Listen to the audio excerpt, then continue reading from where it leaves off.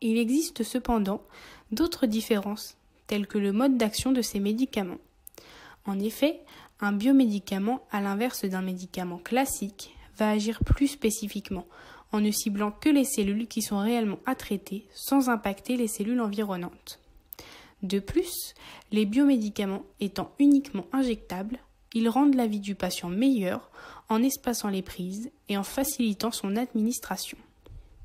Pour faciliter votre compréhension, nous allons nous intéresser plus particulièrement aux anticorps thérapeutiques. Ils représentent près de la moitié des biomédicaments totaux. Ils ont une place considérable dans le monde médical car ils permettent de soigner de nombreuses maladies. Pour produire un anticorps thérapeutique, on prélève une partie de l'ADN d'une cellule qui les produit. On intègre cet ADN dans une cellule sélectionnée ou dans une bactérie par exemple. En se multipliant, cet organisme va donc pouvoir produire les anticorps que l'on a choisis au départ. Ces traitements permettent de cibler spécifiquement des pathologies telles que la polyarthrite rhumatoïde qui affecte les articulations de manière auto-immune. Les biomédicaments ont beaucoup d'avantages.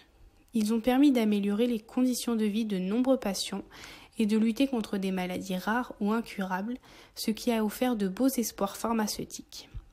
Cette nouveauté a également permis de voir naître de nouveaux emplois dans le domaine de la bioproduction.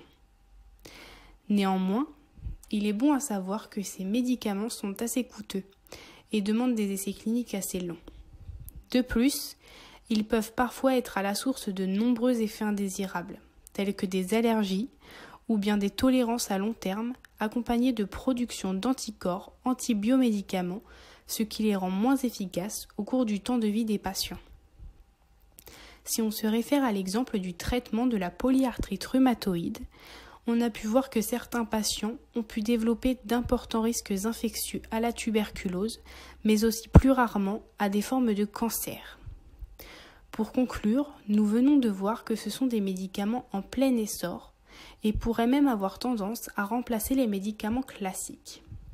Or, ils ne pourront les remplacer entièrement, malgré que leur recherche est toujours en pleine progression.